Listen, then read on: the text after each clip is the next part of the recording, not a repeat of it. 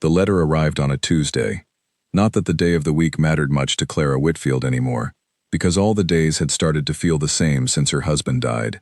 The same gray weight pressing down from the moment she opened her eyes to the moment she finally let them close again. But she remembered it was Tuesday because the youngest, little Owen, had been coughing since Sunday, and she had been counting the days, hoping the cough would pass the way small sicknesses pass, when children have enough food and warmth and rest. Owen had none of those things in the amounts he needed. None of them did. The letter was from a man named Hargrove. She did not know him personally, but she knew the name the way everyone in Caldwell County, Tennessee knew it, the way you know the name of a cold wind. Hargrove owned the debt her late husband Edmund had taken on 3 years before his death, the debt that had seemed manageable when Edmund was alive and working, and that had become a slow-moving flood the moment he was gone. The letter said she had 45 days. 45 days to pay what was owed, or vacate the land and the house and everything on it. Clara read the letter standing at the kitchen table. She did not sit down. She did not cry. She set the paper flat on the table and pressed her palm against it, as if she could push it back into the envelope, back into the leather satchel of whatever writer had delivered it, back into the past where it had not yet been written. Then she took her hand away and went to stir the pot on the stove. She was 34 years old. She had 7 children. The oldest was a girl named Nell, 14, serious as a stone wall, already carrying responsibilities no 14-year-old ought to carry. Below Nell came George, 12, who had taken on Edmund's habit of checking the sky every morning, the way a farmer must. Then Lucy, 10, who was the one who sang, who filled the house with sound, even when there was nothing to be cheerful about.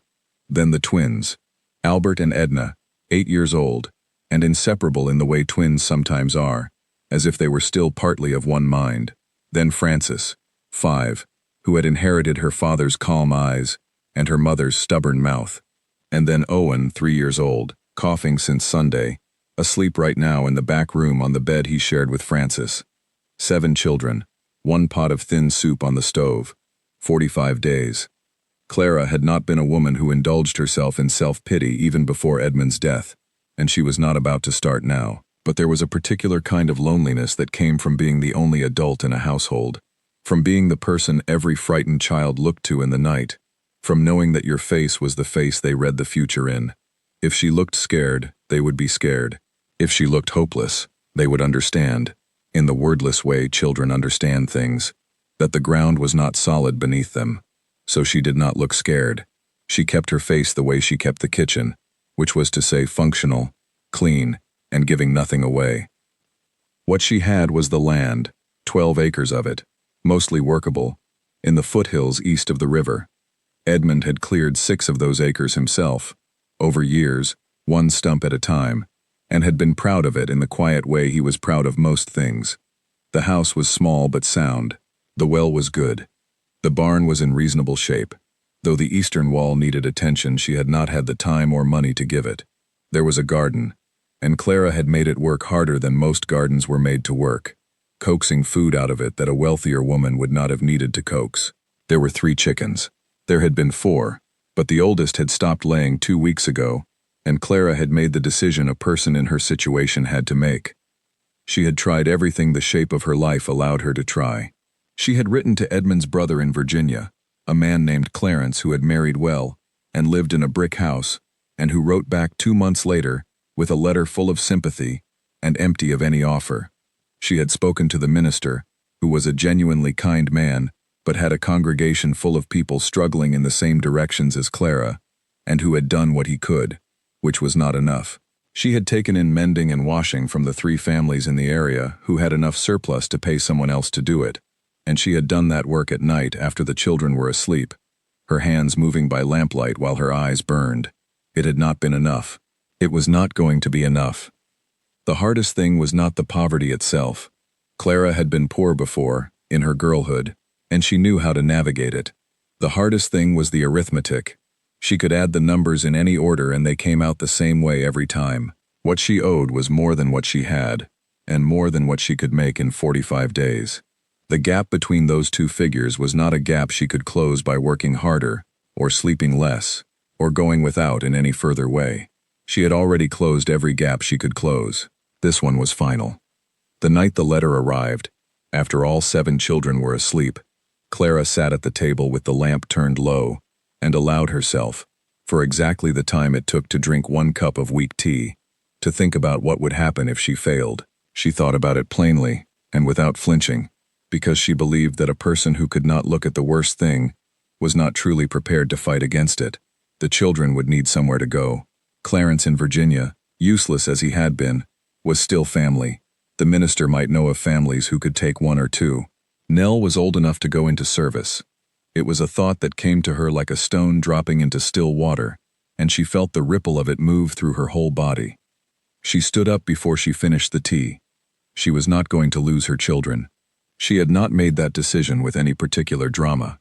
It was simply the decision that was available to her, the only one, and she made it the way she made all her decisions, which was completely and without looking back. She blew out the lamp and stood a moment in the dark kitchen. Outside, the October wind moved through the trees at the edge of the property, and somewhere in that sound was the sound of the land that Edmund had cleared, and the land that she had worked, and the land that 7 children had grown up on, and had a right to keep growing up on. She went to bed. She did not sleep for a long time, but when sleep finally came, she slept hard, because she needed the strength, and her body knew it, even when her mind was still moving. The next morning she was up before light. There were chickens to feed, and a child to check on. Owen's cough had loosened a little in the night, which was something. Frances had climbed in with him at some point, and was curled against his back with her small arm around him, keeping him warm in the way children instinctively keep each other warm. Clara stood in the doorway of that room for perhaps 4 seconds, looking at her 2 youngest. Then she turned and went to start the fire. She had 44 days. Nell came into the kitchen while Clara was mixing the morning cornbread, moving quietly the way Nell always moved, with the careful consideration of someone who was always half listening for trouble. Nell had her father's dark eyes and his way of standing, straight and still. She looked at her mother, and she looked at the letter that was still on the table, because Clara had not yet decided what to do with it, and she did not ask about it. She picked up the water bucket and went out to the well. Clara watched her go. She thought about what it meant that a 14-year-old girl could read a situation so accurately that she did not need to ask the question, that she simply went and did the useful thing without being told. It meant Nell had been paying attention. It meant Nell had been carrying something she was too young to carry. Clara felt the familiar sharp feeling that was not quite guilt and not quite grief, but something that lived between the two, and then she put it somewhere useful and finished the cornbread. George came down next, then Lucy, then the twins in a knot of elbows and whispered arguing, then Frances, leading Owen by the hand. Owen looked pale, but he was upright, and his eyes were clear, and when he saw the cornbread he reached for it with both hands. That was a good sign. Clara cut him the first piece and watched him eat it standing at the table, still in his sleeping clothes, crumbs dropping onto the floor, absolutely unbothered by anything in the world except the cornbread. She thought, I am going to keep this. I am going to keep all of this. She did not know yet how, but the thought was not a wish. It was a fact she had decided to make true. And there is a difference between those 2 things, a difference that Clara Whitfield understood down to her bones. She had 44 days, 1 pot, 7 children, 12 acres, and a stubbornness that her mother had always called her greatest flaw, and that she had long since decided was her greatest asset. She poured herself a cup of coffee, weak as river water. She stood at the window and looked out at the October morning coming up over her land, gray and cold and completely indifferent to her situation, the way mornings are. And she started thinking. The first week after the letter, Clara did not stop moving. Motion was the thing she understood best when the ground beneath her shifted, and so she moved. From before sunrise to well after dark, her hands always doing something, her mind always running a step or 2 ahead. She sent George and Nell out to the Pender farm 3 miles east to ask about day work, and both of them came back with the news that the Penders had nothing to offer, their own harvest having been meager that year, and that the Calloway family up near the ridge had already turned away 2 other men asking the same question. Clara listened, thanked them, and sent them out again the next morning in a different direction. The county had a small town at its center, a place called Darbyton, with a general store, a feed mill, a blacksmith, a post office, and a church.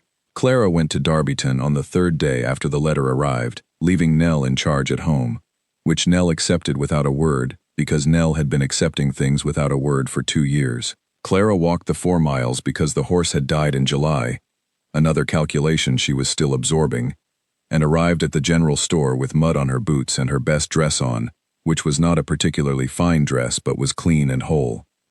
The man who ran the general store was named Amos Burke, a round-faced man in his 50s, who had known Edmund, and who spoke to Clara with genuine sympathy that was nonetheless entirely useless. He could not extend more credit. He was sympathetic about this. He explained it at length. Clara thanked him, bought a small amount of salt and a spool of thread with the last coins in her pocket, and went to the post office. She wrote to every person she could think of who might have knowledge, resources, or connections she did not have. She wrote to a woman she had been close to before her marriage, a woman named Dorothy Hale, who had married a lawyer in Nashville. She wrote to a former employer of Edmund's, a mill owner named Crawford, who she knew had been fond of her husband. She wrote to the county land office asking about any program or provision for widows in debt. She wrote 4 letters with a borrowed pen and sent them knowing that even if all 4 arrived and were answered generously, the answers would not come in time.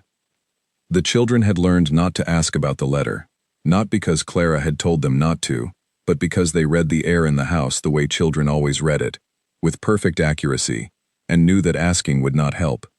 What they did instead was become, each in their own way, remarkably useful. Nell managed the younger ones with a competence that would have made Clara proud if she had not been too tired to feel much of anything beyond the immediate. George worked the garden without being asked, turning the soil for the winter planting with a focus that was too adult for his 12-year-old face. Lucy kept the younger children occupied with games that cost nothing, stories she made up, songs she taught them.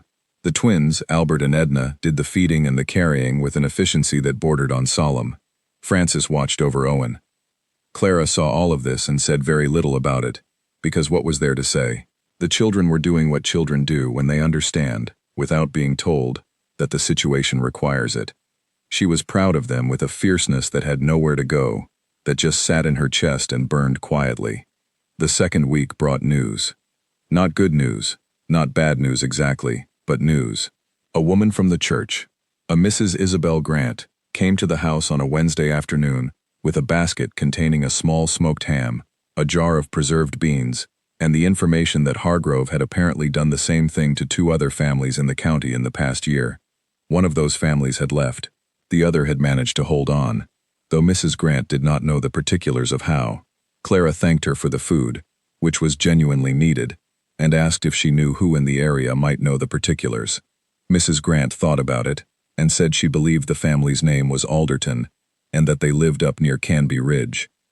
Canby Ridge was 7 miles away, over rough ground. Clara went on Thursday. She left at first light with Nell in charge and a piece of cornbread in her coat pocket, and walked the 7 miles through cold air that smelled of wood smoke and dying leaves. She found the Alderton farm in the early afternoon, a place that looked to be surviving in much the same way her own farm was surviving, which was to say by force of will and not much else. The woman who answered the door was named Ruth Alderton, a thin woman, a few years older than Clara, with hands that told the same story as Clara's own hands. Ruth gave her tea and told her the story plainly, without flourish. The way they had held on was that a man had helped them, not a local man, not a church-going neighbor or a sympathetic creditor, but a man who lived up in the mountain country above Canby Ridge, and who had, for reasons Ruth did not entirely understand even now, intervened at a moment when intervention seemed impossible. He had paid what was owed, not given money to Ruth to pay it herself, gone directly to the holder of the debt and paid it. Then he had helped them get the farm onto steadier ground over the following months, with labor and with a knowledge of the land, and with connections she could not have made on her own. Clara sat very still through this. She asked who the man was. Ruth said his name was Calhoun, just Calhoun. She was not sure if that was a given name or a family name and had never asked. He was not someone you asked a great many questions of. She said this without any particular feeling attached to it, just as a fact about the man. He was somewhere in his late 40s or perhaps his 50s. It was hard to say. He lived mostly alone up in the hills above the ridge, had done for years. He came down occasionally to trade or to buy supplies. Where his money came from, Ruth did not know. She had not asked that either. Clara asked how she had reached him. Ruth said she had not. He had come to her. On the walk back to her farm, all 7 miles of it in the fading afternoon light, Clara turned this information over like a stone she had found in a field, examining it from every side. A man who came to people and helped them without being asked. A man who had gone directly to the debt holder and settled what was owed. A man nobody seemed to know much about, who lived alone in the hill country, who could not be reached because there was no way to reach him. She was a practical woman. She did not believe in waiting for things to arrive. She believed in going to get them. But you could not go to get something whose location you did not know. She got home as the last light was leaving the sky. Nell had the children fed, and the fire built up, and Owen in bed early. Clara stood in the kitchen and looked at her oldest daughter standing there in the lamplight, 14 years old, capable and tired, and something moved through Clara that was too large to name. "Thank you," she said. Nell looked at her. "Was it useful, the walk?" "I think so," Clara said. "I don't know yet." Nell nodded the way her father used to nod when information was incomplete but worth keeping. "There's soup left," she said. Clara sat down and ate the soup. It was thin, but it was warm. Outside, the wind had picked up. It came off the ridge country to the north, and Clara sat at the table after she had eaten and listened to it, thinking about a man named Calhoun who lived up in the hills and who came to people when they needed him. She thought about it for a long time. Then she thought, but how does he know who needs him? And then she thought, someone tells him. She sat up a little straighter. Someone in the county knew this man. Someone had contact with him, or passed word to him, or was a link in the chain between his world and the world down here, where people were losing their land and their children's futures. Somewhere between Calhoun's hillside and Ruth Alderton's kitchen there had been a connection. Clara did not know what it was, but she had never yet found a piece of information that did not connect to another piece of information if you pulled it hard enough. She put on her coat. She went out to the barn to check the eastern wall and see how bad it had gotten. It had gotten bad. She stood in the dark barn with a lantern, looking at where the boards had begun to separate, and she made a list in her head of what it would take to fix it. Then she made a separate list in her head of everything she still needed to find out. The eastern wall could wait 2 more weeks, maybe 3. The other list could not wait at all. By the end of the second week, she had gathered 3 more pieces. The first was from the blacksmith in Darbyton, a man named Howard Cole who had shod horses for the mountain men who occasionally came through, and who said yes, he knew who Calhoun was, not personally but by reputation, and that the man had a good name up in the hill country, meaning he was honest and kept his word, which in Howard Cole's estimation were the only qualities that mattered. The second piece came from a woman at the church, elderly Mrs. Pruitt, who said that her nephew, who ran a trading post up near the Carver Creek crossing, had spoken with Calhoun not 2 months past, that Calhoun had come in for flour and oil and a length of rope, that he had been perfectly pleasant but not talkative, and that her nephew might know how to get word to him if anyone needed to. The third piece was harder, and came from a man she would not have thought to ask, except that she had run out of easier people to ask. His name was Edgar Doone, and he lived on a thin strip of rocky land 2 miles south of her own farm, a man in his 60s who had a reputation for being difficult, and who was difficult, but who had also lived in this county his entire life, and knew things about it that no one else knew. Clara went to Edgar Doone with nothing to offer but directness, which turned out to be exactly what Edgar Doone responded to. He looked at her for a long moment when she explained her situation and what she needed, and then he said that if she wanted to get word to Calhoun, the fastest way was through a man named Ira Shepherd who ran the trading post at Carver Creek, which matched what Mrs. Pruitt had said, and that Ira Shepherd was about the most trustworthy person in the county, and would pass word if it was worth passing. Clara was at the Carver Creek trading post by Friday afternoon of the second week.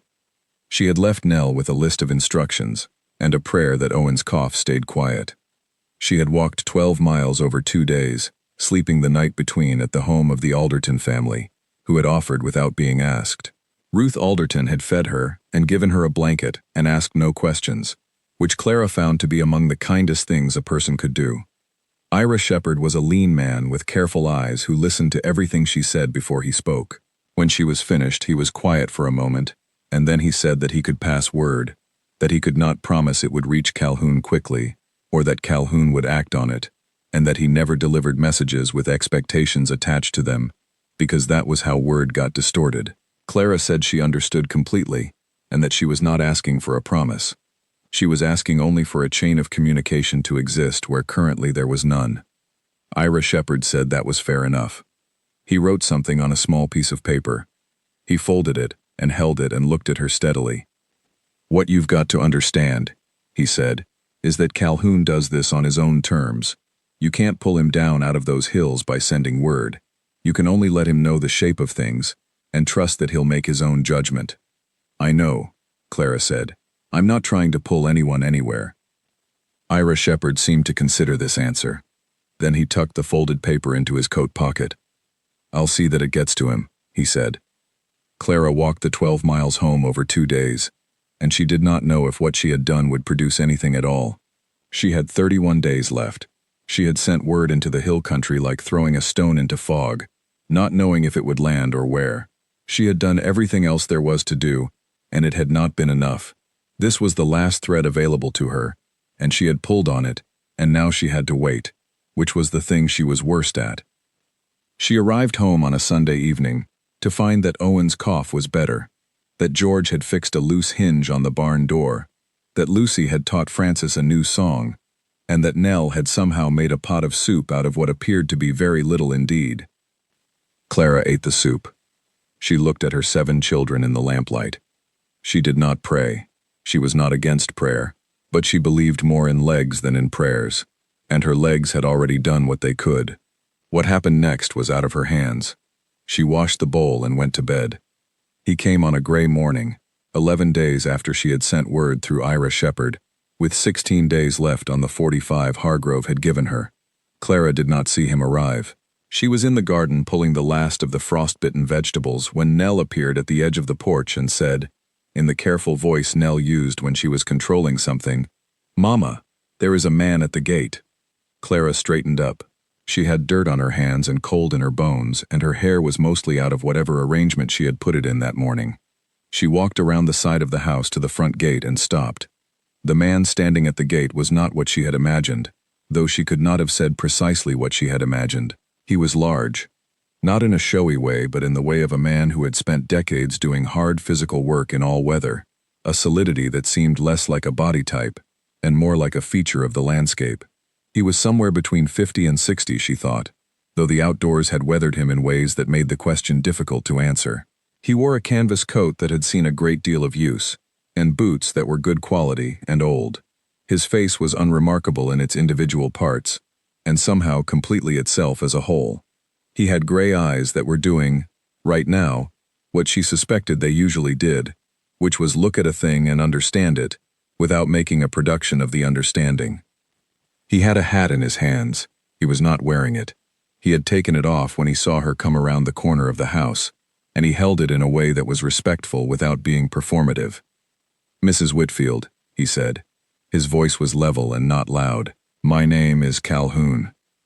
Clara looked at him across the gate for a moment. She was aware, in some corner of her mind, that Nell was still on the porch behind her, very still.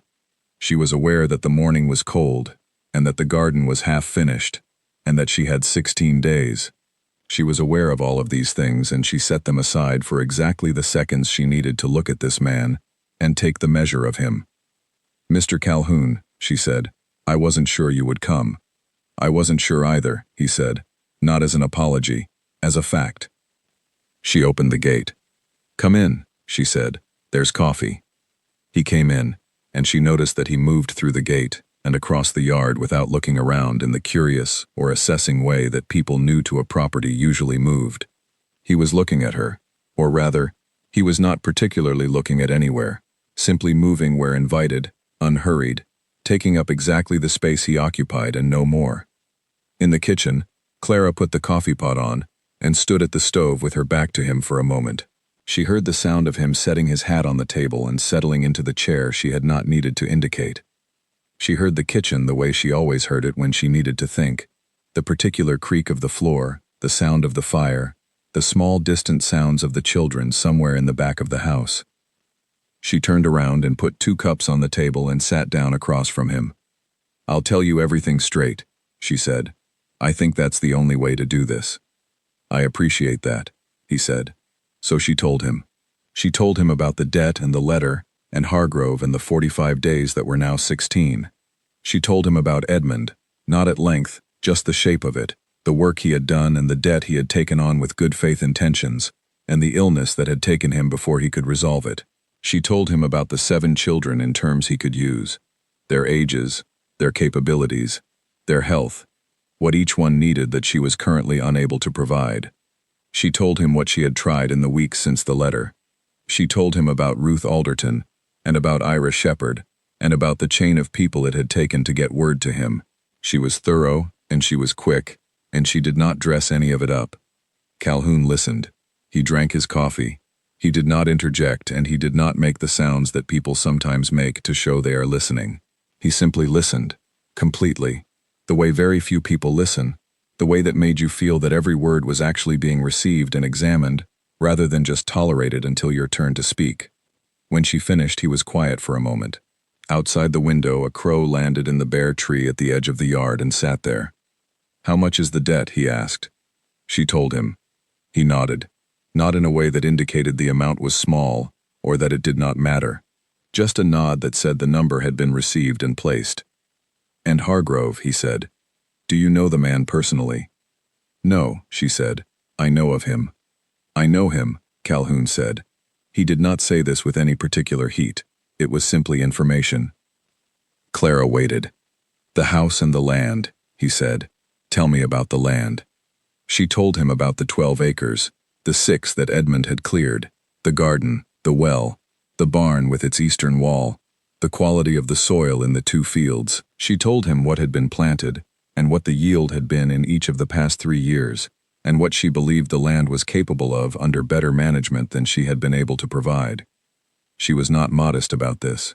She said plainly that a woman managing 12 acres alone with 7 children to care for could not give the land the attention it needed, and that she knew this, and that it was not failure. It was arithmetic. Calhoun looked at her for a moment with those gray eyes. "No," he said. "It's not failure." He picked up his cup and held it without drinking from it. He appeared to be thinking, not in the way that people sometimes think loudly, showing you the process, but in the way that some people think deeply and silently, and then speak only when they have reached somewhere specific. "What do you want?" he said. It was a direct question, and it deserved a direct answer. "I want to keep my children and my land," she said. "I want to pay what is owed so that Hargrove has no further claim. I want the farm to be workable by spring, so that next winter is not the same as this one." "That's 3 things," he said. "Yes," she said. He set the cup down. He looked at the table for a moment. "I can't make you any promises today," he said. "I want you to understand that before we go any further. I don't make promises I don't know yet if I can keep." "I don't need promises," Clara said. "I need information. I need to know if you're willing to look at this situation and tell me what you think." Something shifted slightly in his face, something too small to name but present. "I'm willing to do that," he said. He asked if he could see the land. Clara put on her coat and took him out to the fields. They walked the 6 cleared acres in silence mostly, with Clara pointing out the soil conditions and the drainage, and the problem area near the north corner, where the ground stayed wet too long after rain. Calhoun walked slowly and looked at things carefully, and asked 4 or 5 questions that told her immediately that he understood land in the specific way that comes only from long physical experience with it. He crouched down at one point and picked up a handful of soil and looked at it in his palm and put it back.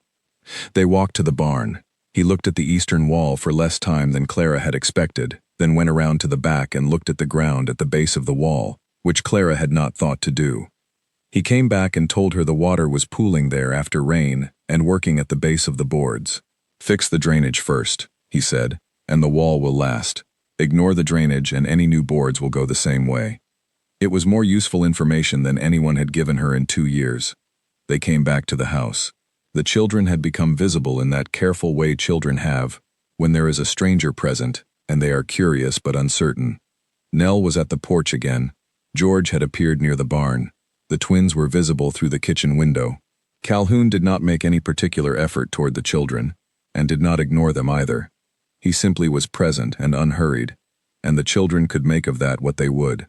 At the gate, he put his hat back on. "I'll come back in 3 days," he said. "I need to look into a few things." "What things?" Clara asked. He looked at her steadily. "Hargrove," he said, "and a couple of other matters I'd rather not raise your expectations about until I know more." She wanted to ask more. She could feel the questions pressing. But she had said she did not need promises, and she had meant it, and the way to demonstrate that was to let him move at the pace he moved at, rather than at the pace her fear wanted. 3 days, she said. 3 days, he said. He went out the gate and up the road, and she watched him go, the big canvas-coated figure moving with that same unhurried solidity, and she stood at the gate until he was around the bend. Nell appeared at her shoulder. "Who is he?" Nell said. "His name is Calhoun," Clara said. "What does he want?" Clara thought about this. "I don't think he wants anything," she said. "I think he just came to look." She turned back toward the house. George and the twins had materialized near the door. Lucy was singing something from inside. The sound of Owen coughing reached her. Softer now. Not the worrying cough, but the tail end of one. The kind that meant the sickness was leaving. She counted. 13 days. She went inside and started dinner and kept the feeling that was building in her chest at exactly the distance she needed to keep it, because she was not a woman who could afford to feel too much of anything until she knew where things stood. But she allowed herself, just barely, just around the edges of what she permitted herself to feel, something that was not quite hope, but was the shape hope, sometimes arrived in before it was ready to announce itself. Calhoun came back in 2 days, not 3. Clara was at the stove when she heard the sound of hooves in the yard, and she thought for one unwanted moment of Hargrove's rider, and then she went to the window and looked out. It was Calhoun, on a brown horse that looked as solid and unhurried as he was, and there was a second horse behind him on a rope, a gray one, not young but sound-looking. He tied both horses at the fence post and came to the door. She let him in. He sat at the kitchen table without ceremony, and he told her what he had found. Hargrove, he said, was a man who dealt in debt the way some men dealt in cattle, which was to say as a business, without personal feeling, and what that meant practically was that he was negotiable in ways he did not advertise. Calhoun had spoken to him. He did not say where or describe the conversation in any detail. What he told her was the outcome. Hargrove would accept a payment plan across 6 months rather than the remaining lump sum within the deadline, provided that a certain amount was paid up front and that the agreement was put in writing and witnessed. The amount required up front was less than a quarter of what the original letter had demanded. Clara sat with this information. "You negotiated that," she said. "I had a conversation," he said. "Hargrove is a businessman. Businessmen respond to certain arguments." "What arguments?" Calhoun looked at her. That collecting from a widow with 7 children on a property he'd then have to manage himself, in the current economic climate, was a worse business outcome than a structured repayment with interest. The math was more persuasive than the goodwill. Clara almost smiled at this. Almost. "And the upfront amount," she said. "Where does that come from?" "From me," he said. "It was not offered with flourish or with an expectation of gratitude. It was said the way you say a fact of geography." She looked at him. "Mr. Calhoun, I cannot accept money from a stranger, with no means of repaying it, and no understanding of what you expect in return." "I'm not a stranger," he said. "I'm a person who has been in your house twice, and walked your land and drunk your coffee, and I don't expect anything in return except what I'll tell you right now, which is that I want to help you get this farm working properly. Not because I expect to own any part of it, because I believe it is a farm worth working and that your children deserve to grow up on it." She wanted to argue further. She was not a woman who accepted things easily, and there was a pride in her that had been necessary for survival, and that sometimes made generosity feel like an affront. But she was also, above everything else, a practical woman. "Why?" she said. "Why this family?" Calhoun was quiet for a moment. He looked at the table. "I had a family once," he said. A long time ago. He did not elaborate, and she did not ask. The two words, once and a long time ago, did all the work there was to do. I know what it costs, he said, when the ground goes out from underneath them. The kitchen was quiet. Outside, one of the children was calling to another one, the normal sound of children moving through a yard. Clara put her hands flat on the table. She looked at them, her own hands, worn and capable. All right, she said, but I want everything written down. What you paid, what we owe you, on what terms. I will repay you, Mr. Calhoun. Maybe not this year, but I will repay you. I know you will, he said, and he said it as if it were not even a question worth having. She had not expected to feel something like relief so suddenly, had been holding herself so tightly against it for so long, that when it arrived it was almost startling. She breathed out once, long and steady, and then she was back to herself. The horses, she said, the gray one. Yours, he said. I brought her for you. You need a horse. Clara opened her mouth. Consider it part of the arrangement, he said, before she could object. A farm with no horse is a harder argument to make for productivity.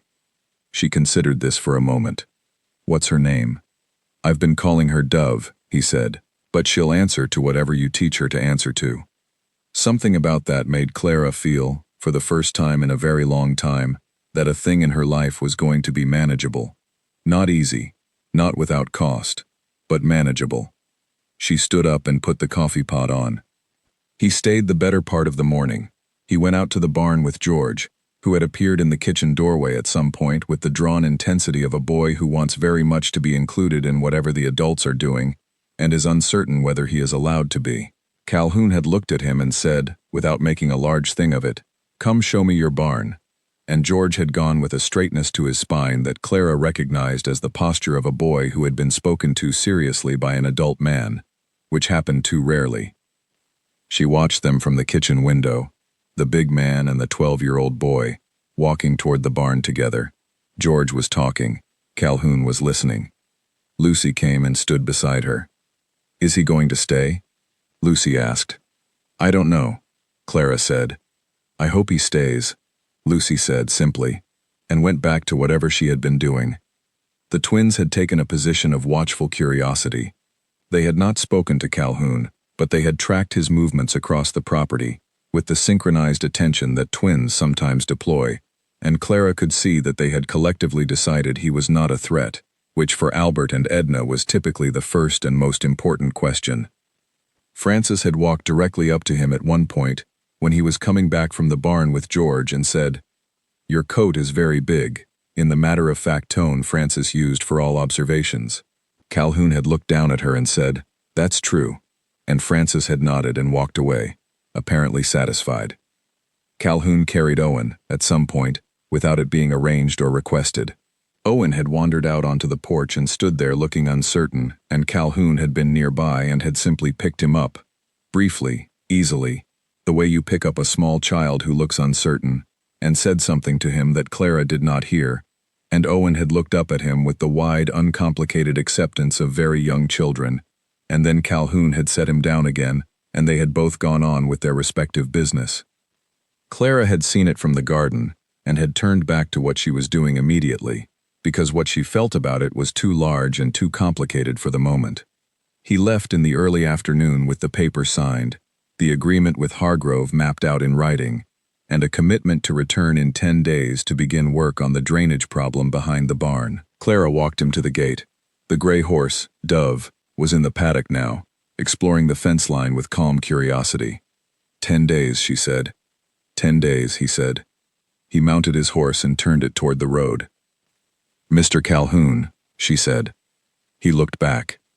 Thank you, she said. She did not make more of it than that. He nodded once. Then he went. She stood at the gate for a long moment. The gray horse put her head over the paddock fence and looked at her. Clara walked over and put her hand on the horse's nose, and the horse stood perfectly still and breathed against her palm. Dove, she said. The horse blinked. Clara went back inside. She sat at the kitchen table with the signed paper in front of her, and she read it through 3 times. Everything was in order. The arithmetic, for the first time in 2 years, was no longer catastrophically wrong. It was hard. It would require everything she had, but it was no longer impossible. She allowed herself to feel, for exactly as long as it took Nell to come in from the back room, something that was complete and uncomplicated, and that she had not felt in a very long time. Then Nell came in, and Clara folded the paper and put it in the drawer, and she stood up. "We need to start thinking about what to plant in the spring," she said. Nell looked at her for a moment. Then she got a piece of paper and a pencil and sat down at the table. They planned until supper. The drainage work behind the barn took 3 days, and reshaped more than just the ground. Calhoun arrived on the morning he had promised with 2 other men from the hill country, a pair of brothers named Luther and Cecil Briggs who spoke little, and worked with a concentrated, quiet efficiency that suggested they had been doing hard physical labor together for so long that words were mostly unnecessary.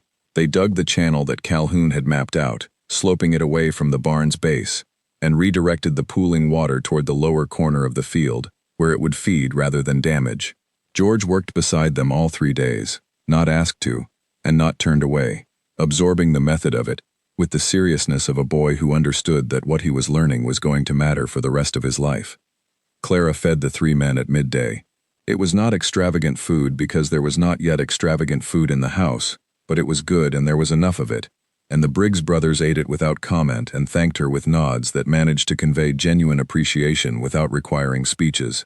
Calhoun ate the same way he did everything, without hurry, and sometimes between bites he answered a question from one of the children or said something quiet to Clara about what they would address next. By the end of the 3rd day, the ground behind the barn was transformed in a way that was not dramatic to look at, but was deeply consequential. Water moved where it was supposed to move. The base of the eastern wall was dry. Calhoun stood looking at it in the late afternoon light, with his hands in his coat pockets, and said it would hold now, and Clara believed him. The Briggs brothers went home. Calhoun stayed. Not in the house. He slept in the barn those first weeks, in the loft, on a bedroll he had brought with him. And when Clara had initially objected to this arrangement, he had said simply that he was used to it and preferred it, and that the barn was warmer than half the places he had spent the night over the years, and she had understood that arguing was not going to move him on this point, and let it go. The children adapted to his presence with the speed that children adapt to things that are safe and consistent.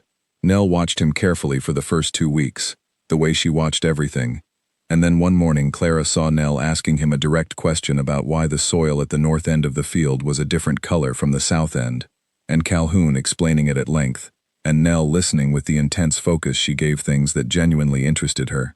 After that, the wariness was gone. George had attached himself almost immediately, and without apology. He was at Calhoun's side during every hour of outdoor work, asking questions that were sometimes naive and sometimes remarkably perceptive, and Calhoun answered all of them with the same patience, making no distinction between the simple and the sharp. Clara watched her son's face during these exchanges, the face of a boy who had been the closest thing to a man of the house for 2 years, and who was now learning what it was to be taught, rather than to simply have to know. It was a hard thing to watch, and a good thing to watch at the same time. Lucy decided almost at once that Calhoun was interesting, and did not hesitate to tell him so. She brought him things, leaves and interesting rocks, and once a bird's feather she had found near the fence, presenting them with the confidence of someone offering valuable gifts. Calhoun received each of these offerings with seriousness, examined them, and asked questions about where she had found them. By the 3rd week, Lucy had appointed herself his guide to the property's more unusual natural features, and he followed her on these tours with an expression that was not quite a smile, but was certainly something adjacent to one. The twins required more time.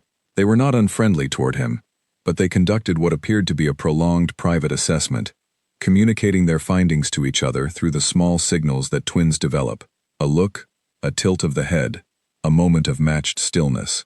Clara did not rush this. She had learned long ago not to rush Albert and Edna toward conclusions they had not reached on their own. Then one evening she came outside and found both twins sitting on the barn fence watching Calhoun repair a section of fence railing, and Edna was telling him something at length about a rabbit she had seen near the woodpile, and Calhoun was listening, and Albert was nodding along to his sister's account with proprietary confirmation. That was that. Frances had already decided, from the day of the coat comment, that Calhoun was acceptable. She added him to the landscape of her life, with the efficient matter-of-factness that was her way with everything. Owen, who was too young for assessments and operated purely on instinct, had simply decided that Calhoun's presence was normal, and had rearranged his sense of normal accordingly. He sometimes went and stood near Calhoun when Calhoun was working on something, and Calhoun worked around him without making a fuss of it. Once, when Owen fell asleep in the afternoon on a pile of hay near the barn, Calhoun covered him with his canvas coat and left him there, and when Clara found Owen later and came to pick him up, she found the coat laid over him with a careful precision that said more about the man who had placed it than any words he had said in the weeks he had been there. She folded the coat and left it on the fence post. The farm work progressed in ways that Clara had not thought possible under her sole management. It was not that Calhoun performed miracles. It was that he had knowledge she lacked and time she lacked and a network of people and resources she lacked. He knew which soil amendments would cost almost nothing and produce outsized results. He knew how to read the land's drainage patterns and which cover crop to plant in the fallow field to build the soil for spring. He knew a man in Darbyton who sold seed at a price nobody else had told Clara about, because nobody else had thought to. He bartered labor with 2 neighboring farms for the use of equipment Clara could not afford to buy, and the same equipment came back to her farm in kind when she needed it. He was building something, she understood gradually, and what he was building was not just the farm, but the farm's relationship to the larger world around it, its position in a web of local exchange that Edmund had participated in and that had gradually unraveled after his death. Some evenings, after the children were in bed, Clara and Calhoun sat at the kitchen table, and she asked him about this, about how he knew these things, about where he had learned them. He answered her questions, but not at length, and over time she began to understand the shape of his history, the way you understand the shape of a country from a map, with some regions left blank. He had grown up in this part of Tennessee. He had left for some years when he was young, worked in various places, done various things he was not specific about. He had come back to the hill country at some point and stayed. The family he had referenced, once, with no elaboration, had been lost in the years when he was away. He did not say how. She did not ask. She found herself, in these evenings, talking more than she was accustomed to talking, about Edmund, about the years before his death, about the farm as it had been when they were building it together, about what she had imagined the future looking like, and how that future had been replaced by a completely different one. Calhoun listened. He asked a question occasionally that revealed he had been paying attention not just to the facts but to the things underneath the facts. He was not a talker, but he was not a closed-off man either. And there was something in those evenings that Clara did not name, and did not need to name, that simply accumulated quietly, the way warmth accumulates in a room with a good fire. The first payment to Hargrove was made on time, in full, from the combination of what Calhoun had put in, and the sale of a small portion of the root cellar stores, at a price that Calhoun had known to get for them, because he understood the December market for preserved food better than Clara had. When she sent the payment, she felt something release in her chest that she had not even been fully aware was held. The second payment came from the farm itself. By February, the fallow field had been turned and prepared, and the arrangements were in place for the spring planting that would, if the season was reasonably cooperative, produce enough to pay the remaining installments and leave something beyond that, something that was not merely surviving, something beginning to approach building. Clara sat at the table on a February evening with the account book open in front of her, and she went through the numbers twice. They were still tight. They required everything to go right that could go right, but they were numbers that added up to something other than disaster, and that was a thing she had not been able to say in 2 years. Calhoun was sitting across from her, reading, a thing she had learned he did in the evenings when the work was done, with a focus that was the same whether he was reading a farming almanac or one of the 3 novels she had noticed in his kit. "It's going to work," she said. He looked up. "The numbers," she said. "If the spring is reasonable, the numbers work." He looked at the account book. He nodded. "They work," he said. It was not a celebration. It was not the moment she felt she was supposed to feel something large and complete and narratively tidy. What she felt was smaller than that and more real. the particular satisfaction of a person who has carried something too heavy for a long time and has finally found steady ground, not a place to put it down, just steadier ground on which to keep carrying it. "Nell will be 15 in March," she said. "I know," he said. He had remembered the birthdays of all 7 children without being told more than once. "I'm going to get her something decent this year," Clara said. "Not just something practical." Calhoun closed his book. He looked at her across the table. "What does she want?" Clara thought about it. "A book," she said. "Nell wants a book. She won't ask for one." "Then get her one," he said. "I will," she said. She closed the account book. Outside, the February wind was moving through the trees, and the farm was quiet and whole, 7 children sleeping in it, a gray horse in the paddock, the barn holding against the weather with its newly sound eastern wall. All of it still here, all of it still theirs. The spring that arrived in Caldwell County that year was one of those seasons that seemed to understand what is needed of them. It was not the warmest spring on record, or the wettest, or the driest. It was simply cooperative, arriving in the right sequence of warmth and rain and mild temperature, and on a farm that had been prepared for it, with the kind of attention that had not been possible for 2 years. Cooperative weather was enough. The planting went in during the first 2 weeks of April. Calhoun had been methodical about this all winter, mapping it out in conversations with Clara at the kitchen table, cross-referencing what had worked and what had not in the previous years, considering the market for what could be sold against the caloric yield of what was needed to feed 8 people through the following winter. 8. Because by February it had become simply part of the arithmetic that Calhoun ate with them and was housed by them, the loft having become as much his formal accommodation as if there had been a lease, which there was not, because some arrangements are clear enough without paper. George became, over that spring planting, a farmer. Not a boy helping a farmer, but a farmer in his own right, a 12-year-old one, who made decisions and gave directions and thought ahead. Clara watched this happen with the same doubled feeling she had about most things that summer, the grief and the gratitude sitting right beside each other. Grief because this was Edmund's work being done by Edmund's son. Gratitude because Edmund's son was doing it so well and had someone to teach him how. Nell turned 15 in March and received her book. It was a novel, a real one, thick and well-bound, purchased by Calhoun in Darbyton when he had gone for supplies. He had said nothing about it until the morning of Nell's birthday, when he had put it on the table beside her breakfast with the same absence of ceremony with which he did most things. Nell had looked at it, and then looked at him with an expression Clara had never seen on her daughter's face before, a kind of unguarded surprise that lasted only a second before Nell's usual composure returned. Then she had said, "Thank you, Mr. Calhoun," in a voice that was not quite steady, and gone back to her breakfast, and Calhoun had said, "You're welcome," and gone back to his, and that was that. Clara had watched the whole exchange from the stove and had said nothing. The summer was hard in the way all farm summers are hard, the endless physical labor of a working farm at its peak season, the heat and the pace and the management of a dozen competing priorities. But it was the hardness of productive work rather than the hardness of desperate survival, and there is an enormous difference between those two kinds of difficulty. Clara understood this the way you understand something you have experienced from both sides. The harvests in July and August were good. The first was corn, and it came in well, better than any corn she had grown on that land since before Edmund died, and she knew it was the soil amendment from the winter, and the drainage and the planting schedule, all of it contributing its part. The second harvest was root vegetables, and they filled the root cellar to a degree that allowed her to look at the shelves of preserved food and feel, for the first time in years, that the arithmetic was running in their direction.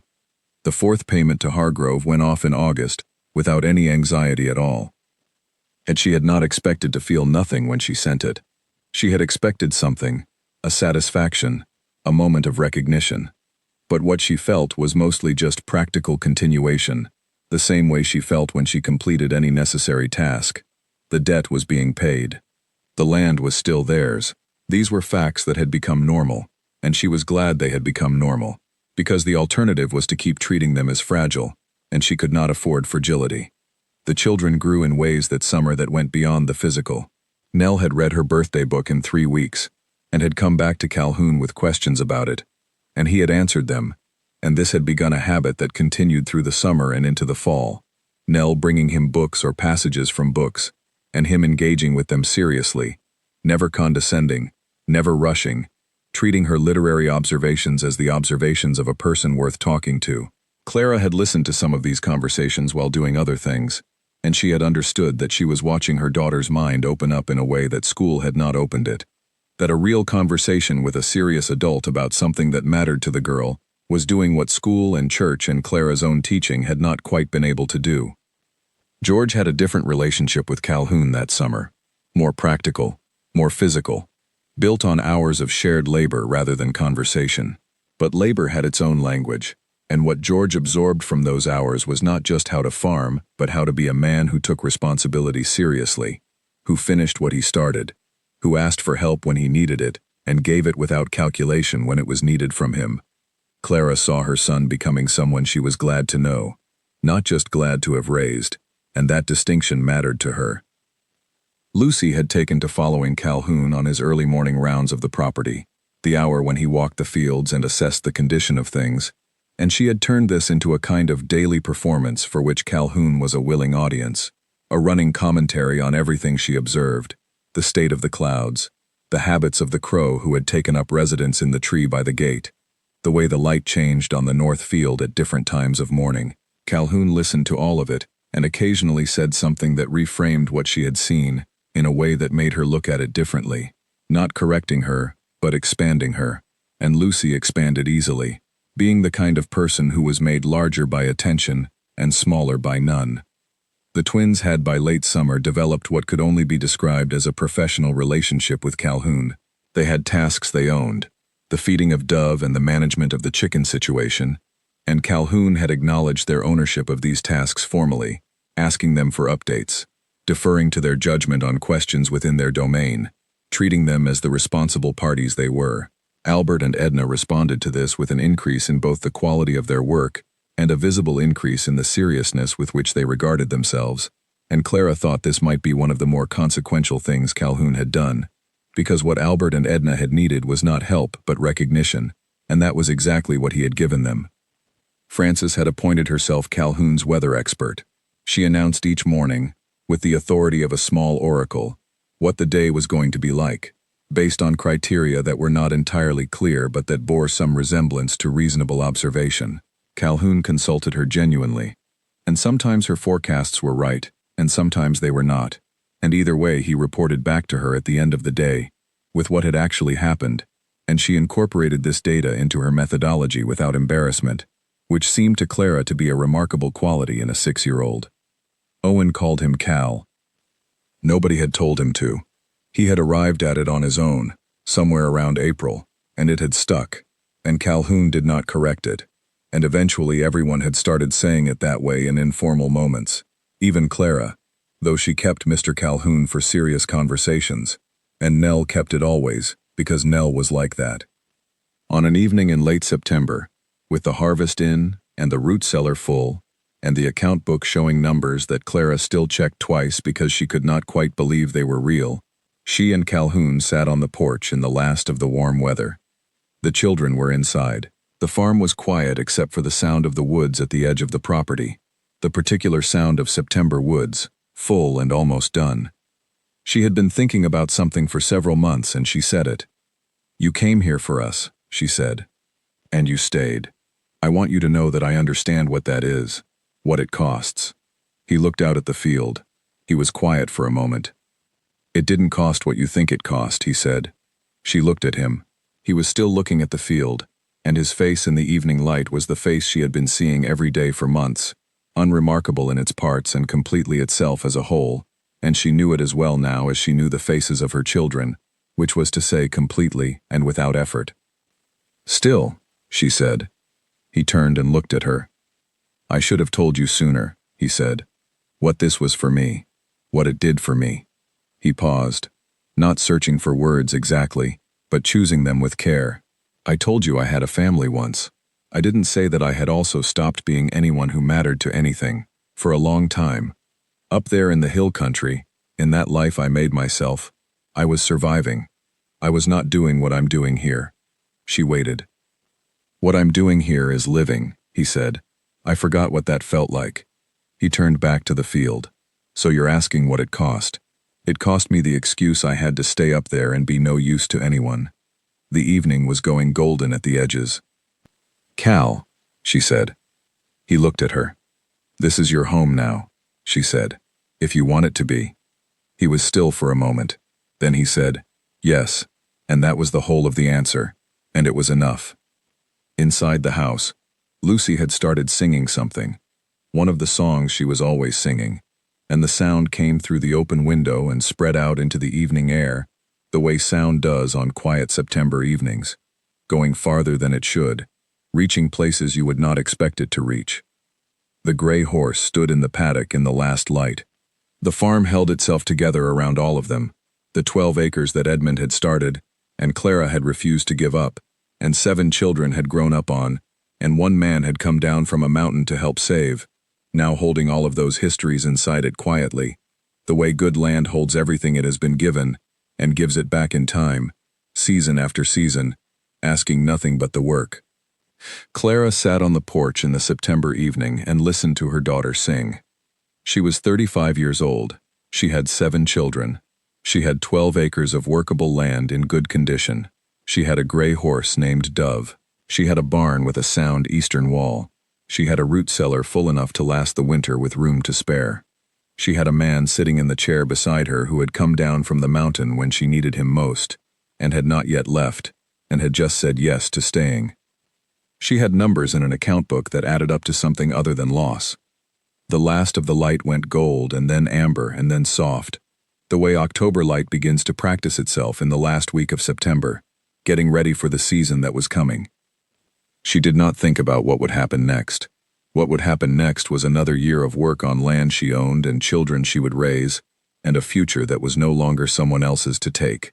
What would happen next was Nell reading another book, and George making another decision in the field, and Lucy singing, and the twins managing their domain, and Francis forecasting the weather, and Owen calling someone Cal in that easy, uncomplicated way he had, as if the word had always existed, and would always exist, which as far as Owen was concerned, it had, and it would. What would happen next was life, ordinary and unrepeatable and entirely, completely theirs. She did not say any of this out loud. She just sat there. The evening settled around the farm, like something that had been waiting a long time to do exactly this, to be still, and whole, and fully itself. And Clara Whitfield, who had never once in her life waited for anything to be given to her, who had written letters and walked 12 miles, and spoken to difficult men, and sent word into fog, and opened her gate to a stranger, and learned to hold on when there was nothing left to hold on to, sat in the warm last light of a September evening, on the porch of her house, on her land, with her children inside it, and a good man beside her. And she let herself be still. For the first time in a very, very long time, she let herself be still.